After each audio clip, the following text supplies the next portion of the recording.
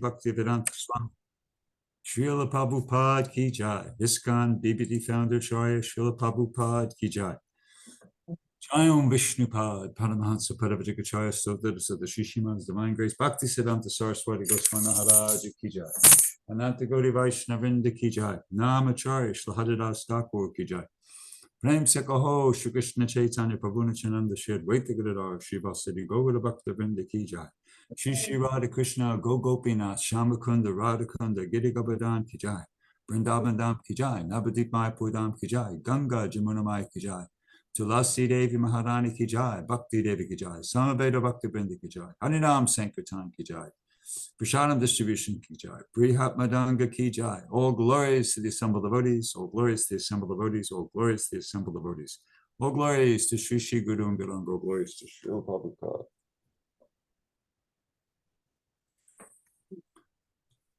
Om Namo Bhagavate. Oh, yeah. Not exactly reading from the Bhagavatam. But you guys can see me and hear me okay, right? Yeah. Okay, all right. So I'm going to start off by reading a letter that Prabhupada wrote to a devotee who was a very prominent devotee in ISKCON at the time, Sriman Tripurari Das Brahmachari.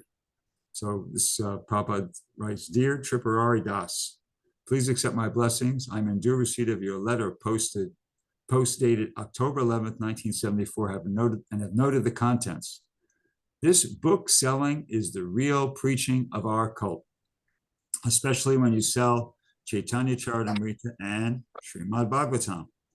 They will understand what we mean by reading these books. So you organize. It doesn't allow me to connect to the Bluetooth because it's saying.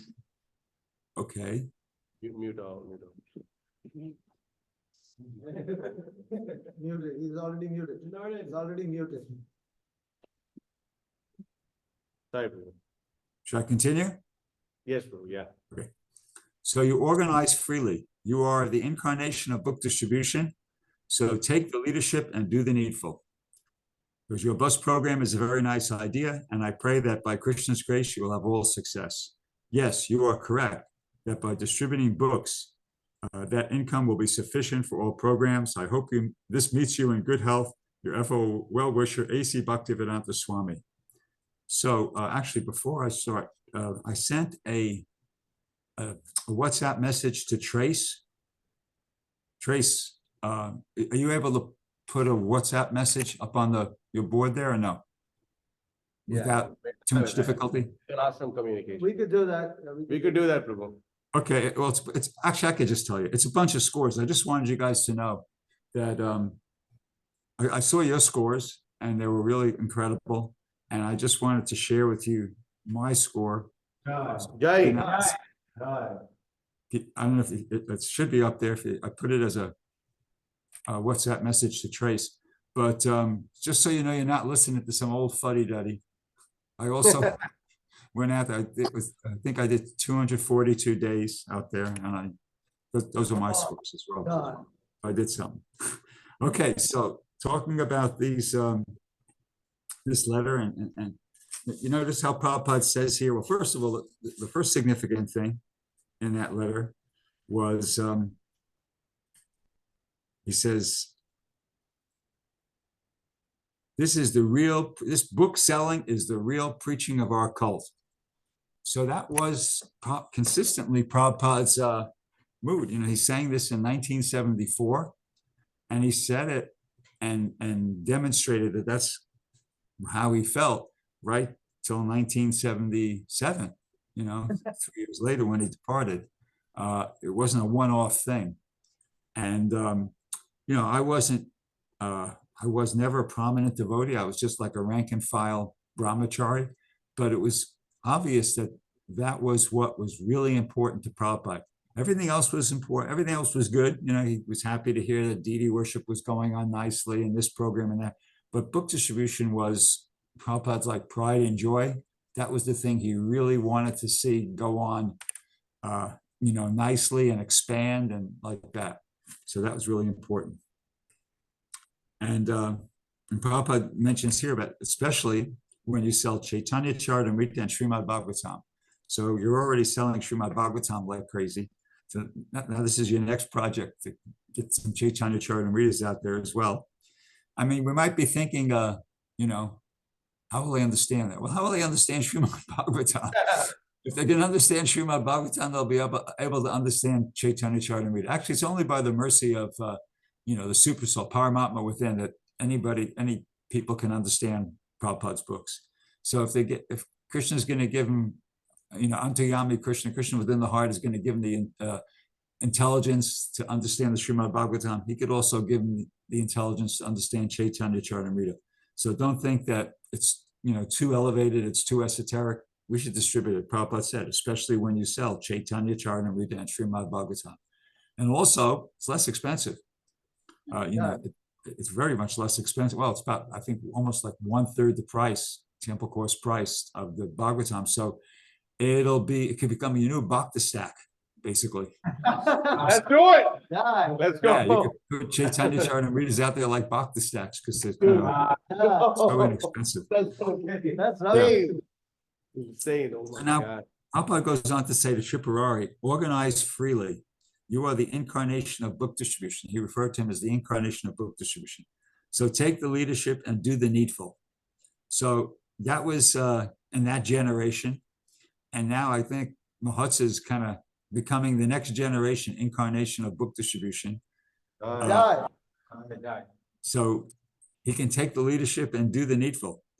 Now I want to say something about that because, you know, sometimes Mahotsa contacts me and tells me what's going on there, you know, the scores and everything. And just, you know, the thought flashes through my head, you know, okay, this is really great. It's great what they're doing, but, you know, is he blowing his own horn here? Or, and then I was thinking about that. Yes. And I was thinking, well, actually, no, yes and no, because I thought of this analogy. And here's the analogy. Okay, say you're driving in a car, you're driving down the road, you're on the highway, and you're driving completely safely. You're within the speed limit, you're in your lane, you're kind of like, you got your mirrors properly situated, you know, you're doing everything right. And you're an exemplary driver, okay? And then, but you're driving along and there's somebody in front of you and they're weaving. You know, they're weaving. It's like they're going in, you know, moving in their lane and then moving to another lane and then moving back. And it's obviously there's some problem there. Now you could just distance yourself from that car and that would be considered, you know, perfect defensive driving. Nobody would criticize you for just, you know, slowing down, distancing yourself from that driver.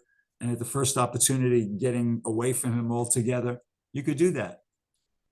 But if you blew your horn, you did all what I just said. And in addition to that, you blew your horn, you'd be giving that driver a chance to understand that he's not driving properly. See, you know, he might be falling asleep at the wheel. He might be a little intoxicated, whatever. But if somebody, you know, if you beep the horn at the guy, then it might wake him up a bit. And he'd go, oh, you know, sober up. One devotee has that caption on his, what's up? Sober. Yeah. So he might just kind of like, oh, and that might help him. He might, you know, realize, oh my God, what's going on? I was falling asleep at the wheel. I got to wake up and drive properly. So sometimes it's good to blow the horn, you know, when blowing your horn is going to help somebody else wake up and understand what the right thing is to do, then that's good. That's not a disturbance. It's not offensive. It's a good thing to do.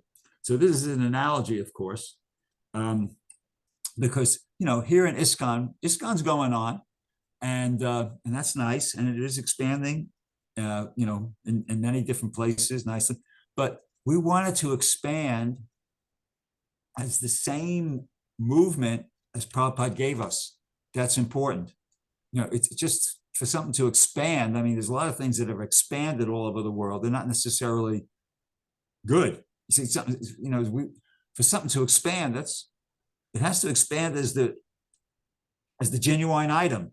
See, so it's important that ISKCON expand, but it expands as the movement that Prabhupada gave us, not hodgepodge, not some hodgepodge, not something watered down. So therefore, book distribution was a really super important part of that.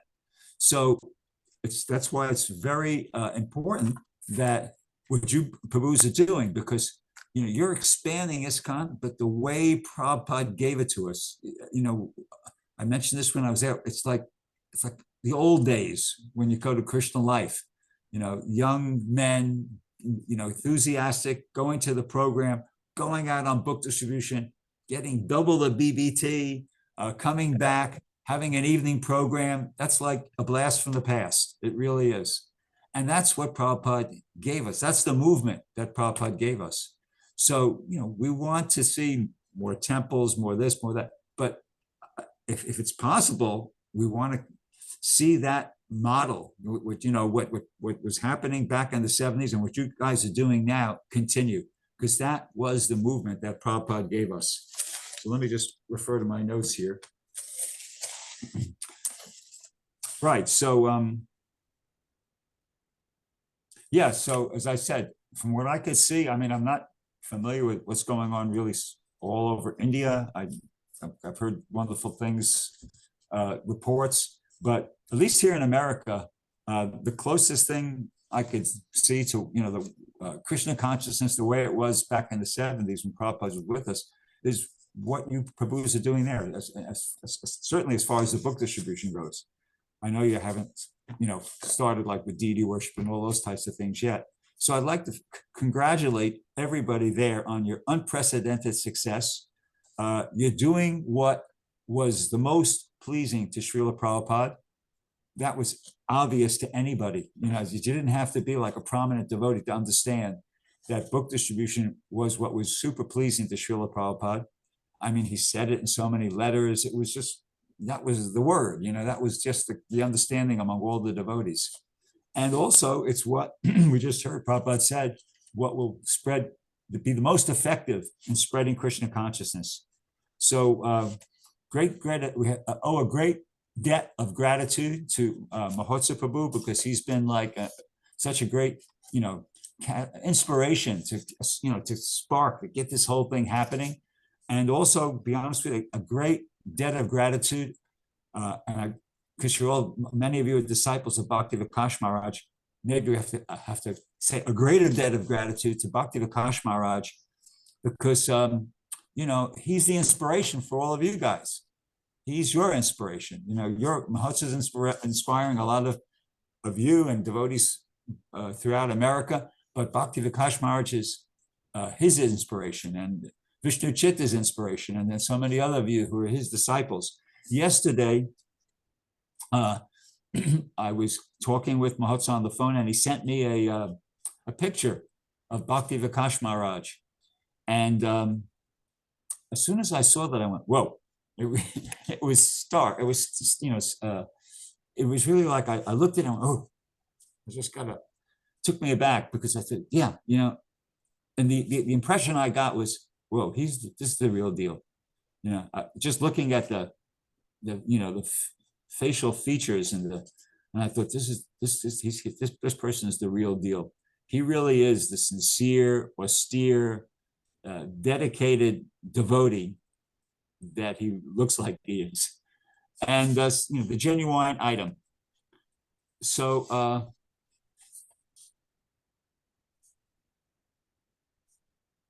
oh yeah, yes. And then I was reflecting upon something that he said when he gave a class last time when I was there. Adi Karta was there, and he was he was describing the competition between himself and Adi Karta. They used to go out on book distribution together. So he was describing how Adi Karta always used to beat him by a bit. He'd always distribute a few more books and collect a bit more Lakshmi. And so he carried that competitive spirit, over the years. And he was, I can't remember the exact words, but he was describing how now this is my comeback. He says that, he says, I finally beating Adi Karta, through my disciples. And Adi Karta made some comment. I can't remember what he said. I think he said congratulations or something like that. And then Bhakti Vikash, in humility, he said, yeah, but it's taking me a whole lifetime to do it. Oh, wow. to not, like be sound proud or anything like that. So, I mean, my thought on that, of course, all's well that ends well, but I was thinking, when I was reflecting upon that, I was thinking, that's how it works. That's how it works. Prabhupada wrote a letter to Sudama, actually. I think it was 1973, said, when I was alone in your New York, I was thinking, who will listen to me in this horrible, sinful place? But at least I can distribute a few of my books. That is something. He said, but Krishna was all along planning something I could not see. He brought you nice, he said, American boys and girls to me one by one to help, for furthering the movement of Lord Chaitanya. Now I could see it's a miracle. Otherwise, one old man in your city of New York with barely enough money to buy edibles, buy his food, how could he survive? What to speak of establishing a God consciousness movement for saving the whole world. See, so Prabhupada saw himself as an example of that. Knows he struggled. He was completely dedicated, completely sincere, did everything right, but still he was struggling. He was struggling. And then as he revealed to his disciple Sudama in that letter, Krishna helped, right? And that's the principle. Krishna reciprocates, not necessarily right away, but we have to prove ourselves. We have to prove ourselves to Krishna. And Prabhupada proved himself exemplary, and then Krishna reciprocated in the form of sending him nice young American boys and girls to help spreading the Krishna consciousness movement. That was Krishna's reciprocation with Prabhupada. And that is that's the general principle. In the fourth canto of the Srimad Bhagavatam, there's one purport where Prabhupada says how the pure devotee is always thinking about how to spread the Krishna consciousness movement, how to deliver the fallen conditioned souls. And Krishna being pleased by that attitude, Prabhupada says, he enlightens the general populace from within by his causeless mercy. See, so once again, Krishna can understand the devotee, what his desire is, how hard he's trying, and he reciprocates. And that reciprocation takes the form of enlightening the general populace from within by his causeless mercy, in the form of having people be agreeable to take books. I mean, who takes a set? Who would buy a set of Srimad Bhagavatams? I'm trying to be a devotee, and it's inconceivable to me that a stranger on the street would accept a big box of books and pay $300 for it. That's like, what? That's got to be Krishna in that person's heart. That's Krishna in that person's heart, inspiring him, telling him, saying, no, do it. Take the books, give the donation. It can't be material. I'll tell you a story. You probably heard this before, so I'll tell you the short version. But when we were distributing here in LAX, there was this guy who was watching us. And he was watching, and he approached the devotees. He was a young guy. And he said, hey, I want to do that. I'd like to give this a go. He asked a bunch of questions about how many books you guys distribute in a day. How much do you make? And he was a salesman, actually. And he got the idea that, okay, I could do this. I'd like to try it. Can I borrow some books from you guys and come out here and distribute them? Because he was thinking, he was watching the devotees and how successful they were. And he thought, well, if they could do it, I could do it. I'm a salesman, I'm a professional salesman. So, let me go out there and I'll give it a go. I'll make a lot of money. So he bought a couple $1,000s worth of books from the devotees. Yeah, this is a true story. You could ask for Voss, it's a true story. He bought a couple $1,000s worth of books from the devotees, and he went out there. They let him, go out to the airport. He was just trying to distribute, and he couldn't distribute a book. He couldn't do it. Have you heard this story before or no? Yeah, no. It's in our family business. It's in our family business. Yeah, so he couldn't do it. He was completely unsuccessful. I don't know if he didn't distribute any books or if he just was, it wasn't. But it wasn't what he thought it was going to be. He was doing really poorly. And then he actually came back and he asked the devotees after, being frustrated and giving up hope that, hey, could you guys buy some of these books back from me? Oh my God. He couldn't do it. So the point being, that it's not a material thing. Here's this guy, he was a young guy, he was a professional salesperson, and he was thinking, yeah, if I could do it, if these guys could do it, I could do it, but he couldn't. So Krishna Shakti Vina Nahe Tada Pravatana, that to be able to distribute Prabhupada's books, especially the way you're doing it, selling sets of Bhagavatams to people, getting double the BBT, you got to understand that's Krishna Shakti. That's you're getting the mercy. You're getting the mercy of the parampara, the cyclic succession, to be able to do that. It's not a material thing. That's the point. It's not a material thing. It's definitely spiritual. To be able to distribute books like that and those kind of numbers, that is spiritual. That's being empowered by Krishna. It's not a material thing. That's my firm conviction. So let me get my place here.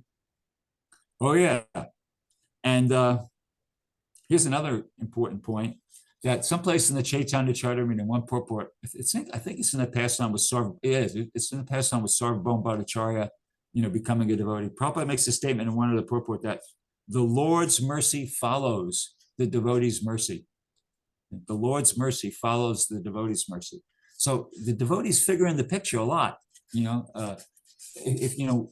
as I said, because Prabhupada had a desire to execute the instruction of his spiritual master, then Krishna reciprocated. Prabhupada was desiring to give mercy to the fallen conditioned souls in the West, and the Lord's mercy followed Prabhupada. He was trying to give his mercy. So the Lord's mercy followed the devotee's mercy.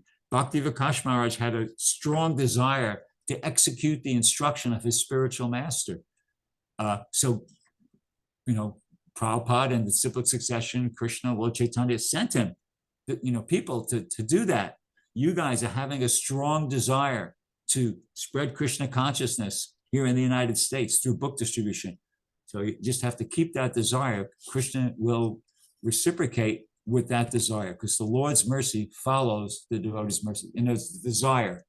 If the devotees are desiring something sincerely in the service of the Lord, then they just have to kind of be determined, and Krishna will reciprocate. Now, I want to read something from the Bhagavad Gita, which really kind of illustrates this point.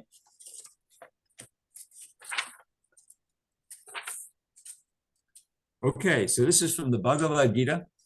This is chapter 6, text 24. And it's talking about this point. I haven't used the word yet, but determination.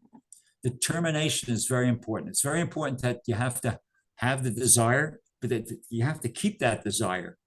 You have to, and that requires determination.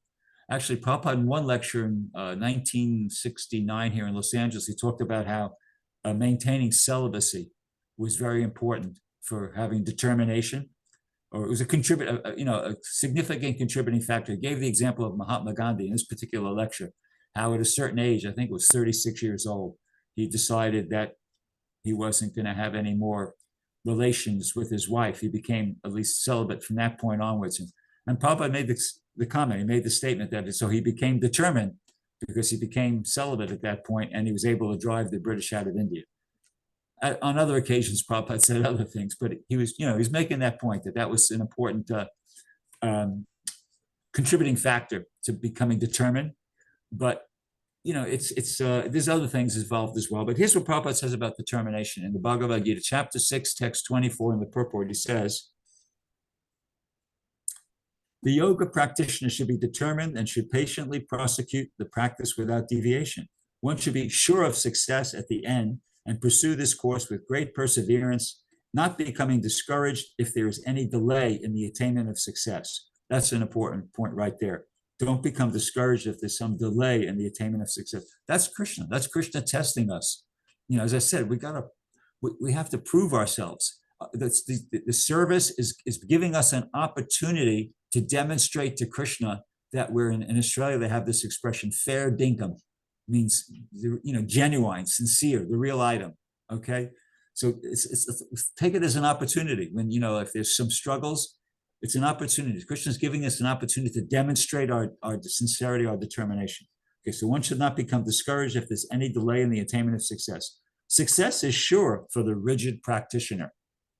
Okay, So regarding Bhakti Yoga, Rupa Goswami says, Utsahan Nishcharat Daryat Tat Tat Karma Pavartanat, Sangha Tyagat Satovrate, Sabdir Bhakti Prasidyati.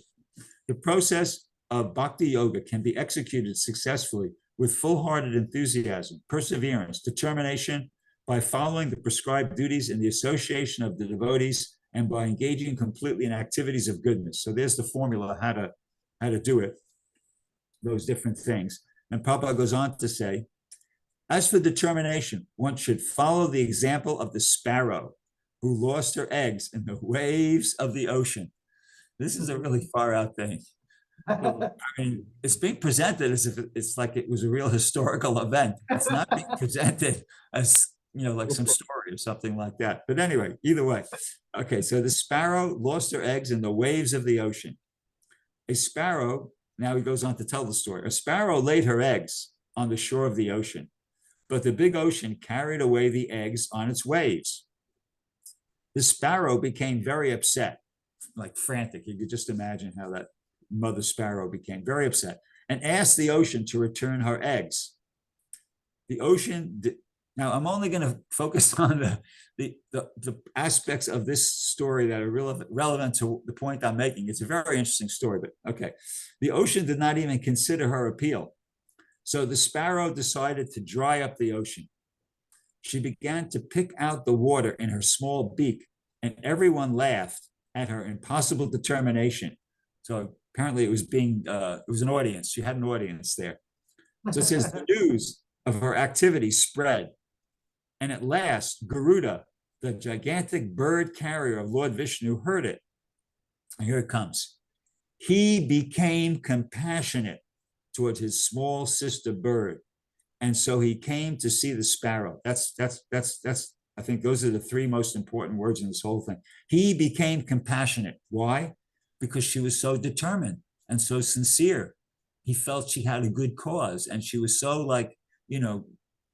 virtuous about the whole. She had to get back those eggs. So he became compassionate toward his small sister bird. Garuda was very pleased by the determination of the small sparrow, and he promised to help.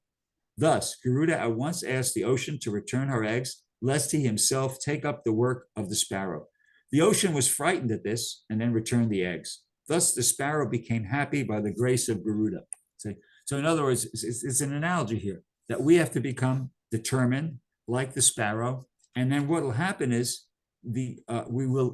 our spiritual master will become compassionate toward us. We can pray like that, like, Guru Maharaj, please become compassionate. I'm trying. I'm like this because we're just in the same position as the sparrow. Actually, to be honest with you, what the sparrow was trying to do is easier than what we're trying to do. It's actually, imagine, she was trying to dry out the ocean one beakful at a time, and we're trying to make the people of the United States Krishna conscious. Which is easier? If I had to pick to do the easier thing, I'd pick to do what the sparrow was doing, for God's sake, to try to make the people of the United States Krishna conscious, that's even harder, but that's what we've been asked to do. So we can pray, we can, just be like the sparrow, really, endeavoring to our utmost and praying to our spiritual master, praying to, Bhakti Vikash Maharaj, praying to Srila Prabhupada. I do this. Srila Prabhupada, please be compassionate upon your disciple. I'm out here trying. I feel like I tell him, I just kind of, pray and reveal my mind in prayer. I feel like that sparrow. I feel completely like overwhelmed and helpless. How the heck am I supposed to stop these people? Actually in America, they have this, in baseball, they have this expression, 3 strikes and you're out. And so I was thinking, like, on book distribution, I feel like sometimes 3 strikes are against me. In other words, I'm approaching people who don't want to be approached. Especially like when it's not a school, it's like just a parking lot or something like that. I'm just a stranger approaching somebody. So they don't want to be approached. They don't want, strike 1. Strike 2 is they don't want to hear. They're not interested in anything spiritual. That's strike 2. And strike 3 is they don't want to part with any money. They don't want to give up any money to anybody. So it's kind of like you got 3 strikes against you. So, but despite the fact that we're, it's kind of like going on against all odds, so to speak, we have to do it. So it's like, it's like being in the situation of the sparrow. And we're not just expected to go out there and try, we're expected to distribute a lot of books and get a good result. So we really need help. Anybody who thinks that you could do this service on the strength of your own prowess, on the strength of your own like sales expertise or something like that, as far as I'm concerned, it's crazy. You're crazy. I gave an example already of the the salesman in the airport. It ain't gonna happen. You need the mercy. You need the mercy to do this service. You need Prabhupada, you need Krishna's mercy, you need Prabhupada's mercy, you need Bhaktivedanta Maharaj's mercy.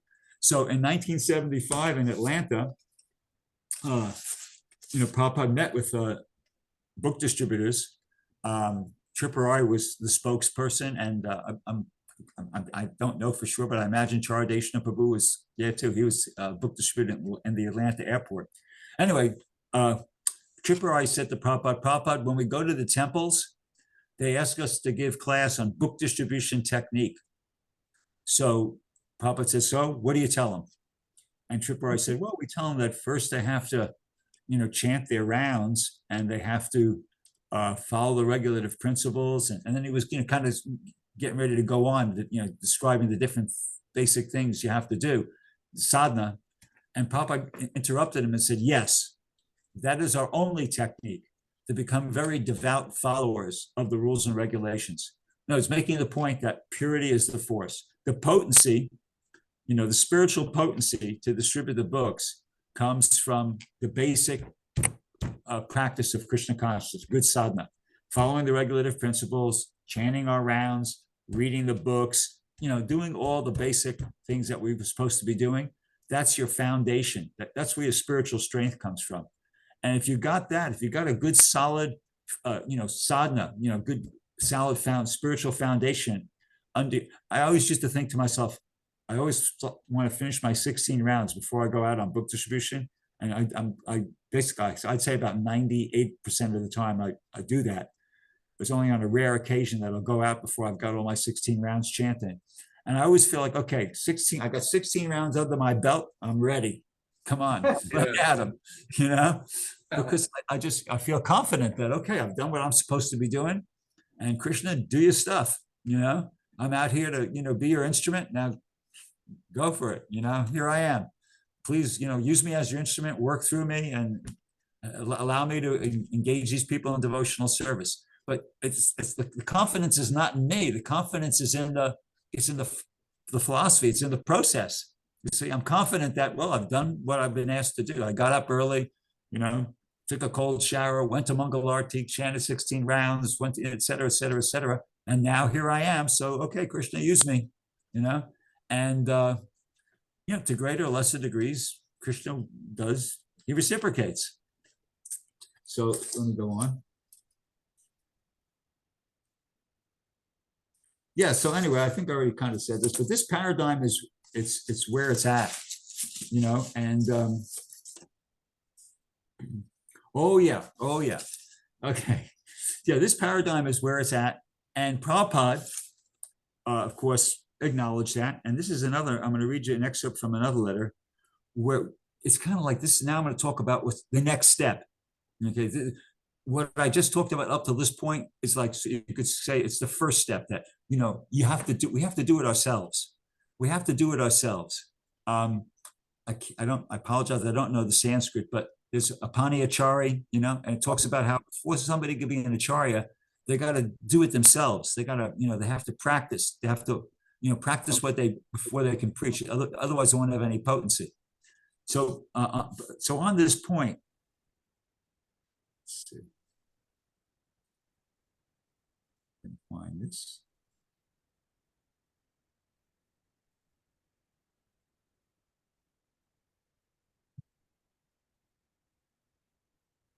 Okay, give me a second here, and I'll pull it up. All right. Okay, got it. Okay, hang on.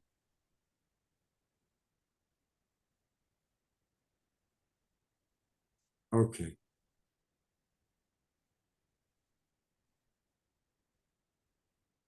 All right, here we go. So this is a letter Prabhupada wrote to Ramaswar and 1973. So he says, I'll read the whole letter because it's all about book distribution. It says, please accept my blessings, dear Ramaswar. Please accept my blessings. I'm in receipt of your letter dated July 29th, 1973, and I've noted the contents with great pleasure. There is no doubt about it. To distribute books is our most important activity. The temple is a place not for eating and sleeping, but a base from which we send out our soldiers to fight with Maya. Fight with Maya means to drop thousands and millions of books into the lap of the conditioned souls. Just like during wartime, the bombs are raining from the sky like anything. So you are expert in this field. So I just read that because that's nectar. I know you've heard that probably, you've probably not just heard it. You've been meditating upon this for X amount of time, all of you, because, I'm sure. But this is the part I wanted to, draw attention to. I like also your program. And this is, it says, in parentheses, it says handwritten. So this is like a PS, apparently. It says, I like also your program, handwritten, of sending out your best men to teach others. That is the actual process of Krishna consciousness, to train others. Continue this program so that in the future, every devotee in our movement will know the art of distributing books. This is approved by me. So that's, Prabhupada considered that really important, very sane. I like this program of sending out best men to teach others. That is the actual process of Krishna consciousness, to train others. Continue this program so that in the future, every devotee in our movement will know the art of distributing books. In another letter, Prabhupada said, yes, it is a fact that all my disciples must preach and distribute books if they want to please me in the best possible way. Oh, wow. Said it. So now that's your next assignment. Now, you're distributing books like anything. And now the next level, to take it to the next level or to do, you have to now take this also as part of the program to try to make other devotees book distributors. And it is possible. It is possible. And to be honest with you, I'm an example of that. Because when I joined as I wasn't in great shape, to be honest with you, but not to speak of spiritual, even materially, I was not in great shape. And because I got a lot of encouragement from devotees. That's how I managed to, get into book distribution and keep doing it. There was this one devotee in the Henry Street Temple in Brooklyn. He used to refer to me as the transcendental madman.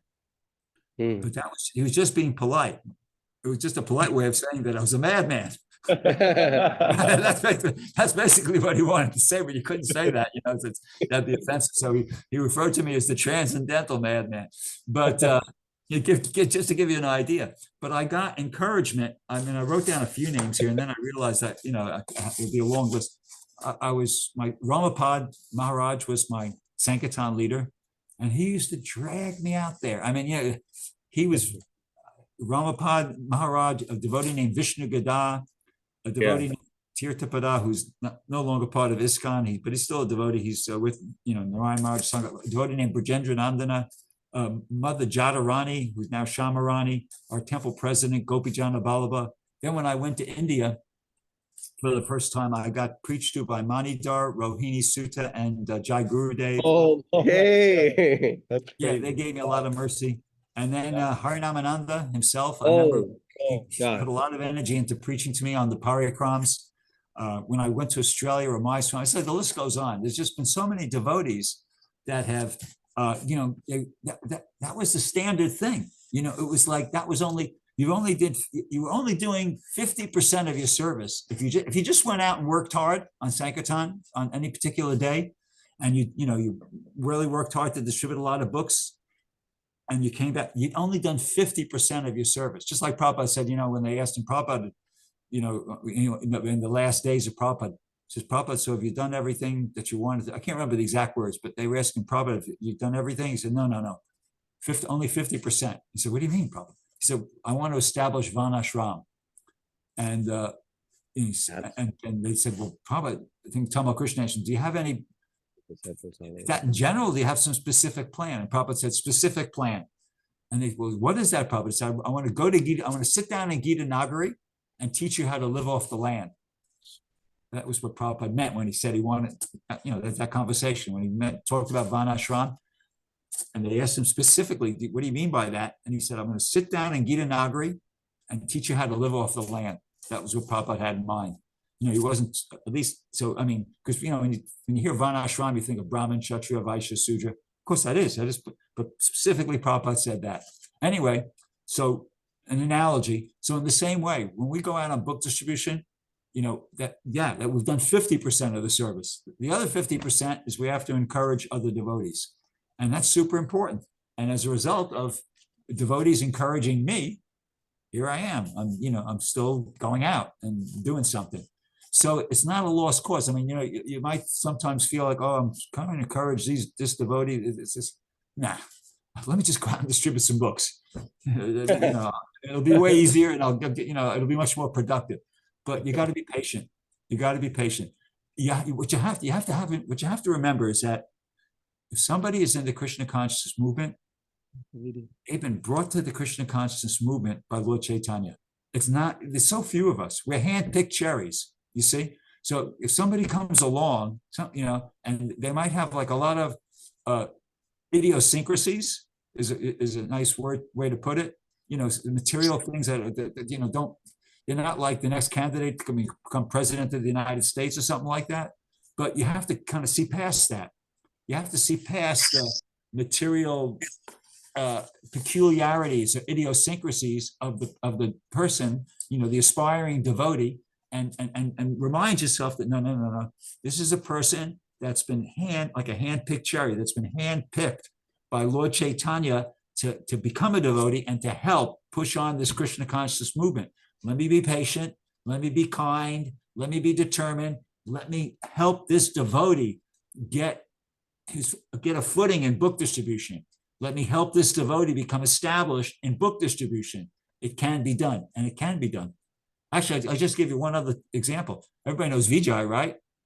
Yeah. Yes, sir. So, everybody might be thinking, oh, Vijay, he's like a natural, But I remember there's a devotee named, I don't know if you know, Panchagoda. Do you know Panchagoda? He's actually a disciple. He's temple president in Vrindavan.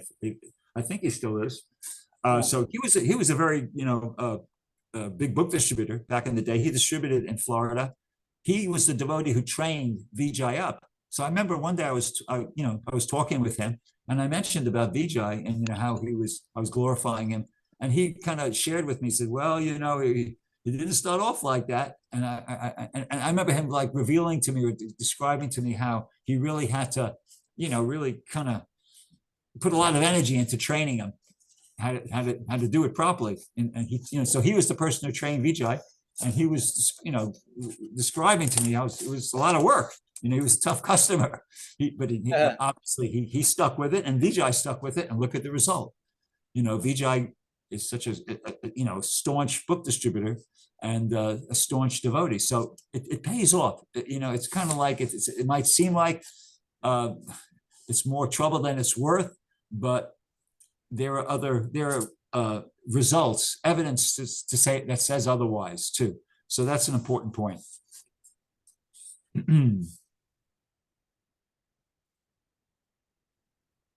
Okay, so the next point I have on my notes I already made about how the important role that that you have, because as I said, we want the movement to go on, but we want it to go on the way it was when Prabhupada gave it to us. Same movement. And that's what you guys are doing. You're like the emblem of that. So it's extremely important that you not only continue doing what you're doing, but you try to encourage others to do the same. And, so it doesn't become like spread in a hodgepodge sort of a way. Now, in order to be able to do that, one obstacle that I know that you're already encountering is politics. So Yeah. the dictionary definition of the word politics, let's read that so we can get some insight here into what we're dealing with. Okay, politics. Activities associated with the governance of a country or other area, especially the debate or conflict among individuals or parties having or hoping to achieve power.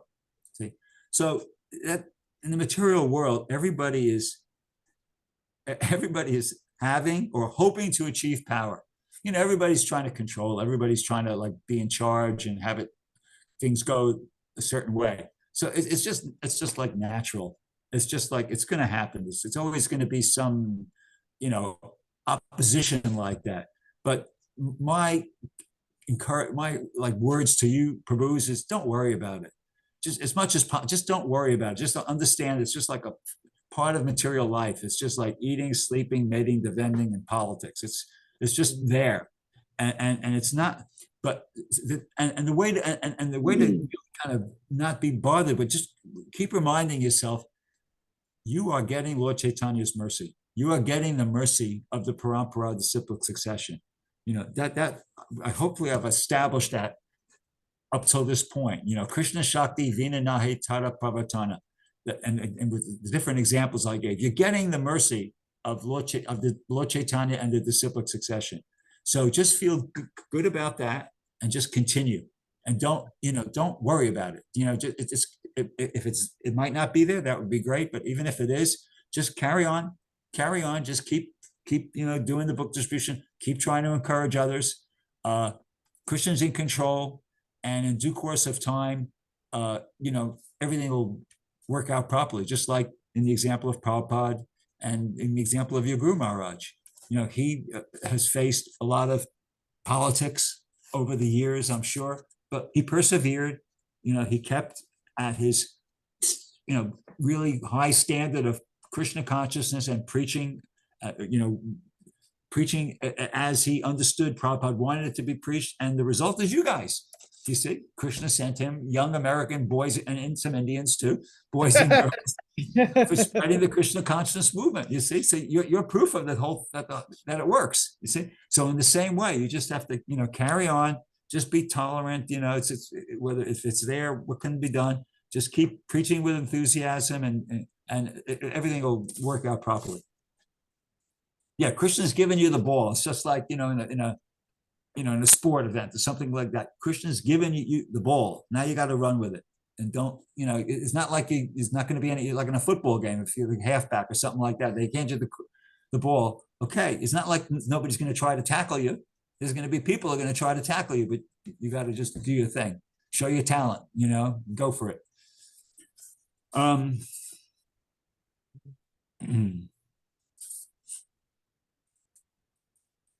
Just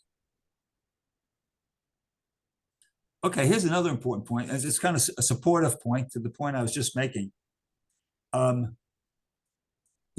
this here in America, we have like a lot of superstars. Generally, at least the ones that I'm aware of are in sports. I've never really paid much attention to actors or anything like that. They're a lot of people, for them, a lot of people, they're the superstars. But for me, like it's always been sports figures. Like say somebody, go back as far as like Bill Russell, Wilt Chamberlain, Oscar Robertson, and later years, Michael Jordan, Kobe Bryant. You get the idea, there's different people like, and they're like,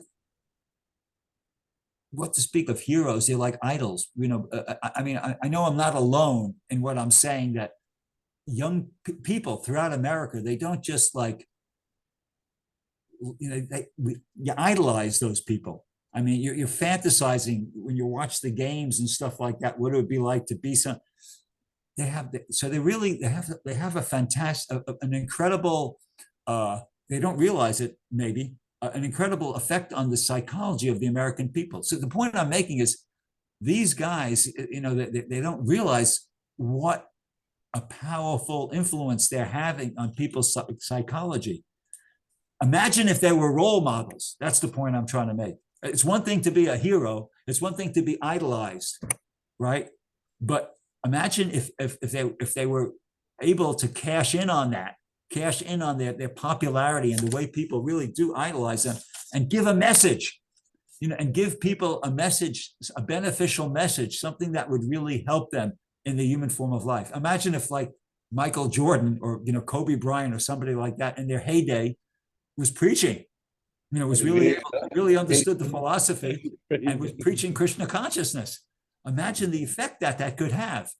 It would be incredible, because people, they were already idolizing that person. And if they were presenting some good values, woo, that could, so that's the point. So when you're very successful at something, you become, whether you know it or not, a lot of times the people who are in those positions don't realize it. But when you're very successful at something, you become like put up on a pedestal. You become like a hero. You become idolized. So that's when you have to take advantage of that, not to what's the word, ruffle your own feathers or something like that. Take advantage of that to give people, encourage people, and give people, sort of instruction and direction in a good way. You see, make use of that. That's an important point. As I said, imagine if these different, superstars, sports heroes, or actors and stuff like that, if they were actually role models, of really good human beings. Wow, they could have an incredible effect and impact on human society. Unfortunately, they're not. And Prabhupada kind of made this point. He used to quote the, I think it was Chanakya Pandit, and I don't know the Sanskrit, but I know it's Ekas Chandra, about how if there's one moon, where Prabhupada used to say something like, what is the use of all these rubbish stars? Let there be one moon. See? So in other words, it's not like a single person, if he's exemplary, a single exemplary person can have an incredible, profound effect on the lives of other people. I mean, the example is Srila Prabhupada. And for you guys, the example is Bhakti Vikash Maharaj. You're not fools. You're not going to you weren't going to dedicate your life to somebody unless you really saw that. No, wait a second. Whoa, hang on a second. This guy's the real deal. No, I hear what he's saying. It makes sense. And I'm watching. You're watching with eagle eyes, because it's your whole life, and that you're talking about giving. So you're watching with eagle eyes, and you think, okay, is he the real deal? I mean, I hear what he's saying. Is he living what he's saying? Does he exemplify the qualities that a person's supposed to be displaying, who has been following this philosophy for X amount of time? And after kind of really like observing and evaluating, you came to the conclusion that, yeah, I think this guy's the real deal. I think this is this is genuine, pure devotee of Krishna. Okay, I'm down. Let's surrender. I'm going to go for it. I'm going to surrender my life here and dedicate, my life to executing, to following his instruction. And so that's what happens. You see, so it's a really, so I guess the point is we have to aspire, and you guys are in a great position to do this. Aspire to be acharyas, to be an empowered book distributor. That's step one. To share it with other people, to make other book distributors, okay? That's step two. And to become an acharya, that's step three. And that's the final step. Each one of you could be thinking like that. Okay, I have the ultimate goal. I have to become an acharya. Acharya means teacher, spiritual teacher by example, an empowered acharya. That's what we need. That's what this world needs. Prabhupada actually said this. I remember hearing the lecture where Prabhupada said, we need an army of gurus. We need an army of acharyas. That's the real lack in human society. Not gadgets, not opulence, no. Enlightened leadership. That's what this human society is lacking. And it's really lacking it. Yesterday, I was at a mall here in Los Angeles. What's the name of that mall? Del Amo Mall. It's like, one of a big fancy mall like that. And I was walking around inside. You're thinking, I could try to distribute inside. And I couldn't. it was too difficult to be inside. But the thing that struck me though, as I was walking through that mall, was I was looking at all these different shops, and I was just like, I was like, mind-boggling how many different shops there were, and they were beautifully designed, and there's all these nice products in there, and the mall was so big and clean, and I was thinking, man, people are so intelligent. How do they get all this together? It's funny because the people I meet when I meet them out on the street, I'm rarely impressed by somebody. I'm rarely every now and then I am, but I'm rarely impressed by the person I meet as being somebody that like, wow, this guy's really impressive. Hardly ever. But when I drive around or look around at all the stuff that people have done, I'm impressed. I mean, like I see all the cars and the buildings and the this and the that, and I go, wow, people got all this stuff. Who got all this stuff together? The people I'm meeting? It doesn't seem like they could be capable of that. But anyway, they must be, because it's there. So the point is that human beings have intelligence. I remember there's a devotee named Mitra Singh. Probably you guys know him because he's not too far from me. I used to live in a trailer on his, he had some like a little bit of land, and he was building a house at Prabhupada Village there in North Carolina. So I was, at one point I was living in a trailer that he used to live in before he built his house. So we were having a conversation one day, and he just said something that really stuck in my mind. He said, human beings are by nature intelligent. And they are. It's a gift. It's a gift from God. The human body comes equipped with a lot of intelligence, just like certain vehicles come equipped with a lot of different features, So the human body becomes equipped with intelligence, but unfortunately, people are just using it in completely the wrong way. It's just like, it's really sad. The way human intelligence, it's like using a brand new, I think I gave this example before when I was there, but it's just popping in my head again. It's like imagine you get a brand new Apple Mac PC, okay? State of the art, top of the line, state of the art Apple Mac PC, what, a couple $1,000s at least, probably, right? And you get it, and you give it to somebody as a gift, and you see that person takes it, and they use it to try to crack open a walnut. Oh my God. Brand new Apple Mac, and you put a walnut in there, and he's using it to close it and try to crack open a walnut. That's what's going on. That's the human body is like, there's yogis who do stuff, and they develop mystic powers, and the human body is incredible. It's an incredible opportunity. It's an incredible gift to get a human form of life. And people are using it to do something which is the equivalent of cracking a walnut with an Apple Mac computer. It's sad. It's really sad. So, so human society needs enlightened leadership. Krishna says in the Bhagavad Gita, yad yada charati shrestas, tad tadevetato jana, sayat pramanam kudute, lokas tadanavartate. There's a verse like that also in the Bhagavatam in some place, I can't remember where. It's more than once that Krishna says it, that whatever a great man does, whatever like a leader does, somebody like who's impressive, common men follow in his footsteps. Whatever standard he sets by exemplary acts, the whole world pursues. People follow a leader. People follow a leader, and unfortunately, there's no enlightened leadership in human society today. But people will follow. There's some leader, but unfortunately, they're misleaders. So we have to, as I said, get back to that point, mature into acharyas. If anybody can do that, then Prabhupada used that expression, the self-effulgent acharya.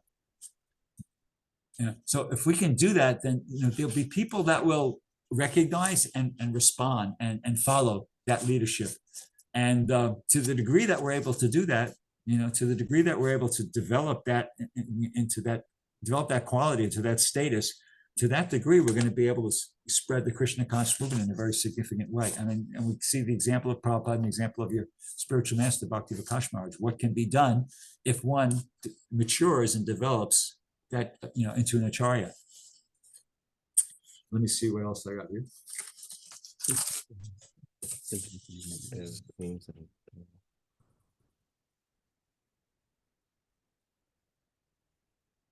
Okay, that's it. That was all I had to say. That's on my notes here. I've covered all the points I wanted to make. Does anybody have any reflection, question, comment, anything that they'd like to. I have something, a little bit something more I wanted, but before I do that, I'd like to kind of like, if anybody would like to interact with you, Prabhu's, at some level. Any questions or comments? Reflections, Just wanted to say this was the most impactful experience on of how to develop our character and develop book distribution that I've ever heard. I'm so excited to get out there with Kamalini and make a difference. I want to acknowledge you for you're really making a huge difference here. Everyone is just so excited, and thank you ever so much for really, you covered all the bases and more. And it's so exciting to be here at Krishna Life. We're just trying to create the possibility of being here Well, up thank to you. the end of our life. Yeah, thank you. That's a good desire. Let's do it. And maybe lives to come. There's in that conversation in Atlanta that Prabhupada had with the book distributors, at one point towards the end of the conversation, I don't know if it was Tripurari or who it was, but one of the devotees said, Prabhupada, sometimes some of the devotees, they're saying that they're desiring to come back again in the next lifetime, to distribute your books. And so Prabhupada's response was interesting. He said, very good. He said, very good. And then he said, I'm distributing books for the benefit of going back to Krishna, going back to Godhead. And he said something like that. It's kind of like business, But he said, but then he said, I'm distributing books just for the, to please Krishna. And he quoted that verse, Mama Janmani Janmanishvare Bhavatad Bhakti Hoitiki Twai, that, I have no desire to accumulate wealth, no desire to enjoy beautiful women, no desire to whatever. I only want your causeless devotional service, birth after birth. Mama Janmani Janmanishvare Bhavatad Bhakti. Prabhupada quoted that, and he kind of like encouraged that. I thought when I first was reading that, and I was listening to that conversation years and years ago, I thought Prabhupada was going to say something that's sentimental, just go back to Godhead. But anyway, he acknowledged that as a bona fide spiritual sentiment, that we just want to service. We're not concerned about the reward or the benefit. But anyway, that's a very elevated platform. But if nobody has anything that they like to say, Hare Krishna. Oh yes, Mata, please. Is on. Hare Krishna, please accept my respectful obeisances. But that story about the person trying to sell the books, there's another story in Europe, Eastern Europe. I forget the exact place, but the government went and closed down the temple and confiscated all of their books. And they put them in a warehouse, and then they have an auction for all confiscated things. So one man bought all the books, and then again, he thought, I'll make a lot of money. There are many cases of books, and after a couple of years, he couldn't sell one book. So then one of the devotees went very nonchalantly, hey, you have all those books. What are you going to do with them? He goes, I don't know what I'm going to do. Well, do you want me to take them off your hand, for a very small fee? So he sold them back to the devotee, because he couldn't sell any. But yeah, it's definitely a spiritual process, not a sales technique. Yeah, thank you. I recall that story.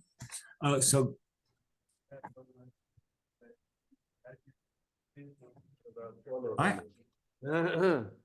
As you were speaking about Tripurari Maharaj, I had the very amazing good fortune of defecting from Henry Street and joining him for 1 year.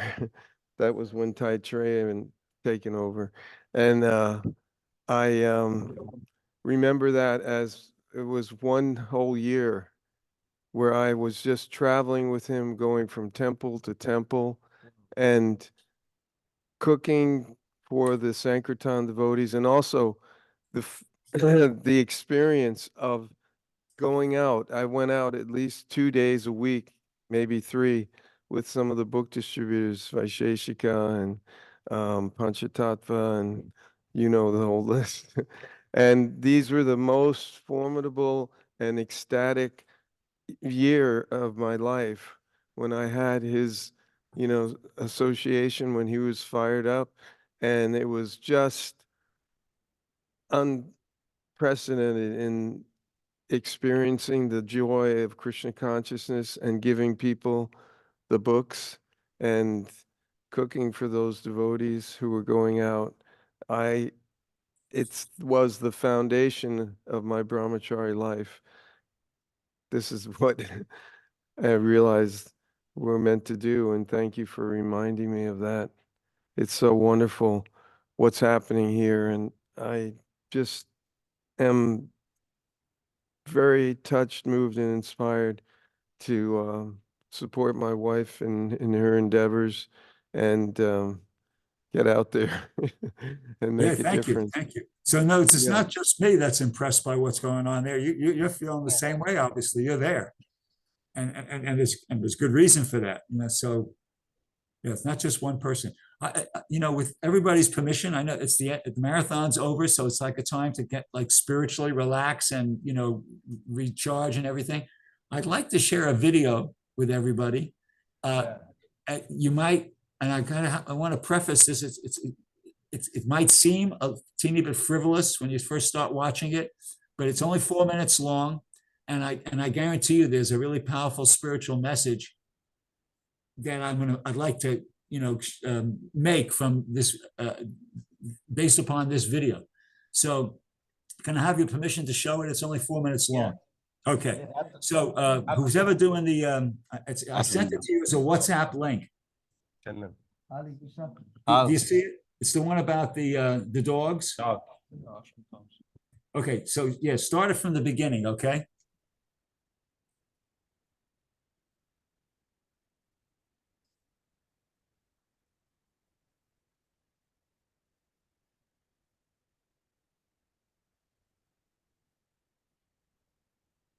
It's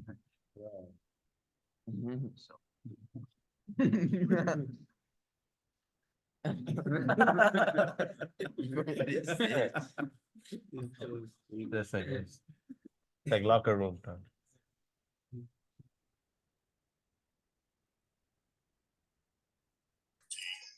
My name is Deputy Hogan. I work with the Guy County Sheriff's Office. This is my canine partner. He's with me all the time, working the same shifts I work. He's always the same days I'm off. Diesel is trained in locating narcotics, 335 grams of cocaine. Diesel's other specials Oh my God. include article searches. An article is any item that may have been dropped, perhaps by a suspect fleeing a crime scene. Good boy, Diesel. He picks up on stuff really quick. When I trained Diesel on articles, it took probably 30 minutes. That was it. He had it. So it's amazing how they think. I'm not sure how they know to do this, but they do. Kyle is a 2-year-old lab that's an essential part of Donna Parker's life. My name is Donna. I am totally blind, and this is Kyle. He is my guide dog. I rely on him to get me from point A to point B. It's a very special attachment that a person has to their guide dog. Point forward. Kyle is able to read Donna so well that depending on him has become essential. Forward. Relative to other dogs we've looked at who have been trained to help people, Kyle seems to be seriously well behaved. He's a good boy. He is a good boy. Board boy. I'm Kaylee. I have a neurological disorder, Tourette syndrome. I've had severe symptoms for the past 5 years now. Kaylee suffers from spasms that bend and contort her body uncontrollably. Oh my The God. attacks can cause her to fall. Yeah, it's kind of like having a seizure only you're awake. It's not fun. That could happen multiple times a day, last for up to 5 hours at a stretch. Oh my It God. could- That's crazy. Just when her condition seemed to be hopeless, she found the perfect medicine. This is my service dog, Matt. He's a golden retriever. We've been together for 3 years now. He really is my everything. At first, Kaylee thought a service dog could help her get around. Step, brace, good. He acts as a brace up and down stairs. But soon she realized, even more amazingly, Mac is so connected to her that he knows when she is having an attack. I can ease her through the pain. Since I got Mac, it was funny how much the world changed. We call him Miracle Mac. Ricochet is a 6-year-old golden retriever. He's been a working therapy dog for 5 years. She's a superstar. I started training Ricochet when she was 13 days old. She's able to give every individual what they need, whether they know it or not. Judy signed Ricochet up for a program that pairs veterans struggling with PTSD with therapy dogs. That's how Ricochet met Iraq War veteran Randy Dexter. The day I met her, I was in a bad place mentally. This was kind of like the last ditch effort for me. Yeah, you know it. I was a combat medic. I deployed twice to Iraq. I went to Iraq with the hope of saving everyone that I could, and that didn't happen. Kind of lost faith in myself, and ended up coming home was having all these problems, and nightmares were horrific. I'm pretty anxious right now. My palms are a little sweaty. She's not gonna let me push myself too far. If she senses that Randy is too stressed to continue, she plants herself, standing very still and rigid, so Randy is forced to stop and stay calm. Then she leans into him so he can release his anxiety. In the military, you would have battle buddies. Someone's with you at all times. I got your back, you got mine. We're there for each other. She's my battle buddy. Wow. Uno. This Labrador. lovely gentleman is Caspin. Caspin's personality moving so well. It's going to be included. He is my best friend.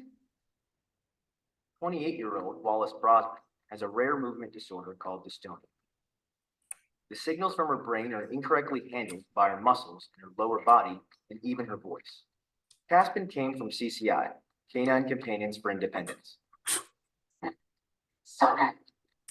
And he came with some amazing skills.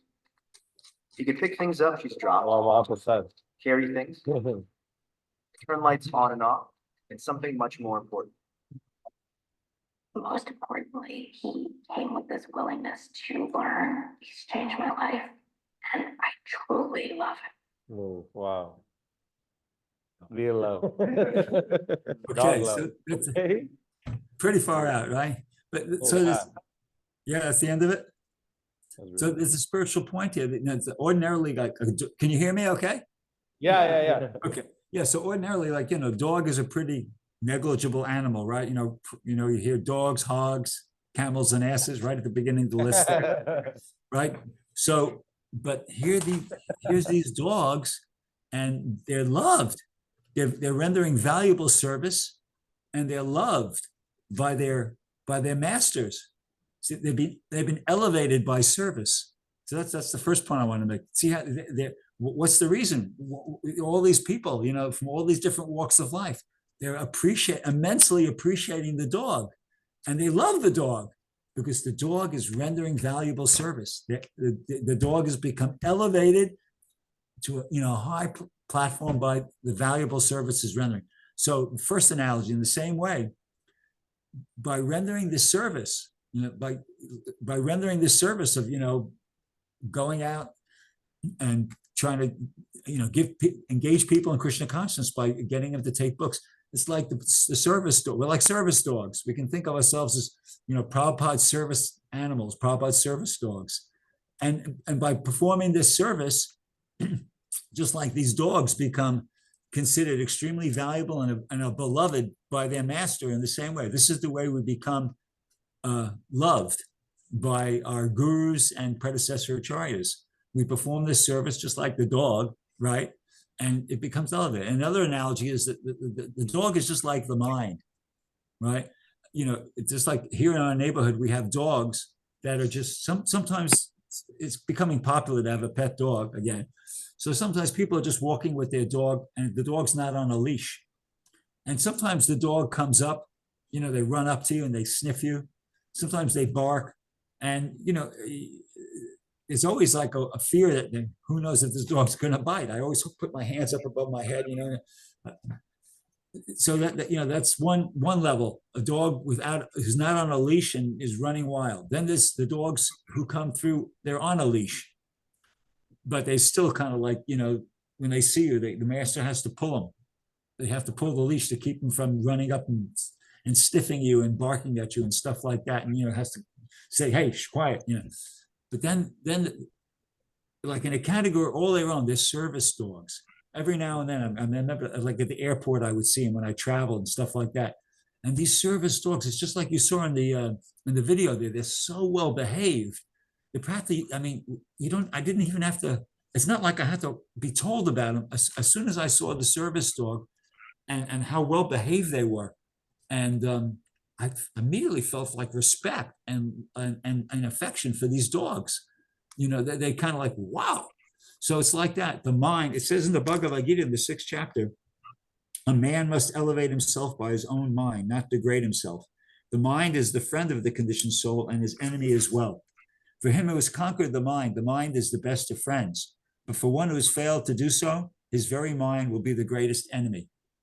So in other words, these dogs, I read elsewhere that only half the dogs that they pick to try to become service dogs make it. Some of them, 50% of them don't make it because they have to be very, elaborately trained. But the dogs that are able to accept the training and actually do the service, they become glorious. They become glorious dogs. So in the same way, we have to accept the training, our mind. We have to accept the training, control the mind by the process of Krishna consciousness, and then apply that training in our life. The practical application of the training is going out and performing Sankirtan, trying to engage people in devotional service by getting them to take a book and give a donation. That's the practical application of the training. And by doing that, we elevate our mind to the glorious platform. I couldn't help but think that this was like an amazing analogy, So just like these dogs, they're just ordinary dogs, camels and asses, negligible animals, right? But they become elevated to becoming practically glorious and loved by people by the virtue of the fact that they accept the training and they do the service. So this is the perfection of life, to become the spiritual master's service animal. What do you think of that? Definitely. A cool analogy. Yeah. As I said, it was just kind of a little bit of a humor and but hopefully Krishna conscious at the same time. Definitely.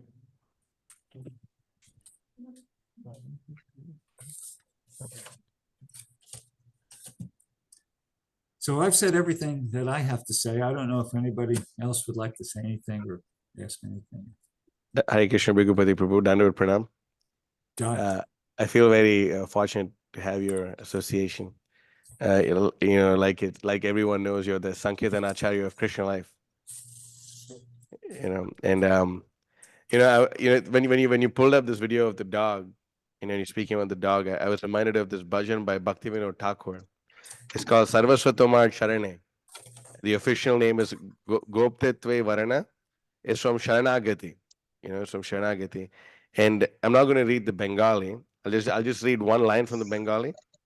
Krishna Samar, Krishna Diti Par, right? No. This is a different one. Oh, okay. It's Sarvasvatomar. He's there's one line where Bhaktivinoda Thakur says, "Tumi to Thakur tomara kokur boliya jano ho more." So the translation is this: now that I have surrendered all I possess, I fall prostrate before your house. You are the Supreme Lord. Kindly consider me your household dog. That's it. Chain me nearby and maintain me as you will. I shall remain at the doorstep and allow no enemies to enter your house. I will keep them at the bounds of the moat surrounding your home. Whatever remnants your devotees leave behind after honoring your prasad will be my daily sustenance. I will feast on those remnants with great ecstasy. While sitting up, while lying down, I will constantly meditate on your lotus feet. Whenever you call, I will immediately run to you and dance in rapture. I will never think of my own maintenance, but rather remain transported by a multitude of ecstasies. Bhaktivinoda accepts you as his only support. God. Wow, ecstatic. Right. So Bhaktivinoda Thakur is considering that's a position worthy of aspiring for. And let me ask you, so how do you think Krishna feels about a devotee who has that sort of a mentality? Who's praying? Wow. Yeah, very, very, very compassionate, like you said. Yeah, you must love him a lot. Yeah. So we also beg you to be compassionate upon us, so the Lord's mercy will follow. Done. It's a done deal. Jai, we did it. Um, thank you, Brgupati Prabhu, for sparing time. It's very early for you in the morning, and Yeah. you know, thank you for attending our marathon. Felicitation and yeah, and inaugurating. The felicitation. Your devotees here always feel very, very grateful for your kind association. And we look forward to receiving you, welcoming you, and worshiping you at the Sankirtan Festival 2024. That's right. Haribol, Jai. Jai, thank you.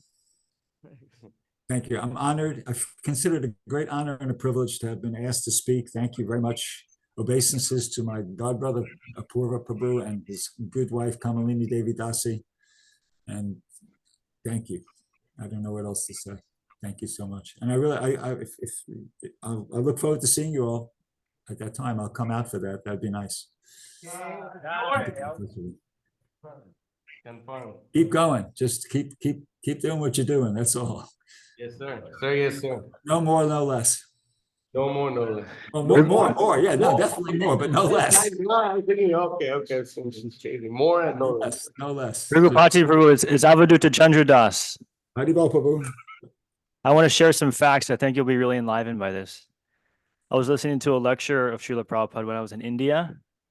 And this is a quote from Prabhupada's lecture.